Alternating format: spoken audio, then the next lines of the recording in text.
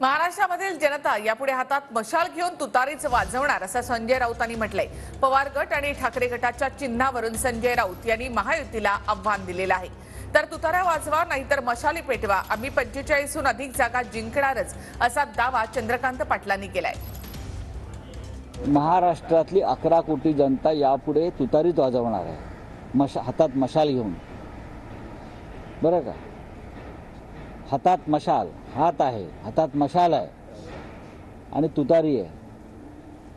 अत्यंत चांगला ऐतिहासिक चिन्ह राष्ट्रवादी काँग्रेसला मिळालेलं आहे। तुताऱ्या वाजवा नाहीतर मशाली पेटवा, मशाल मिळाली ना। परंतु शेवटी महाराष्ट्रामध्ये आतापर्यंत आम्ही 45 म्हणत होतो, खरं म्हणजे क्रॉस करू असं दिसायला लागलेलं आहे। मोदीजींची लोकप्रियता जी वाढायला लागलेली आहे। विरोधी पक्षाने शेवटपर्यंत हार मानायचीच नसते ना, सारखं म्हणायचं असतं। शरद पवारांनी म्हणायचंच असतं की बा माझे 20-22 राहणार आहेत, नशीब ते 20-22 तरी देत आहेत तिकडे।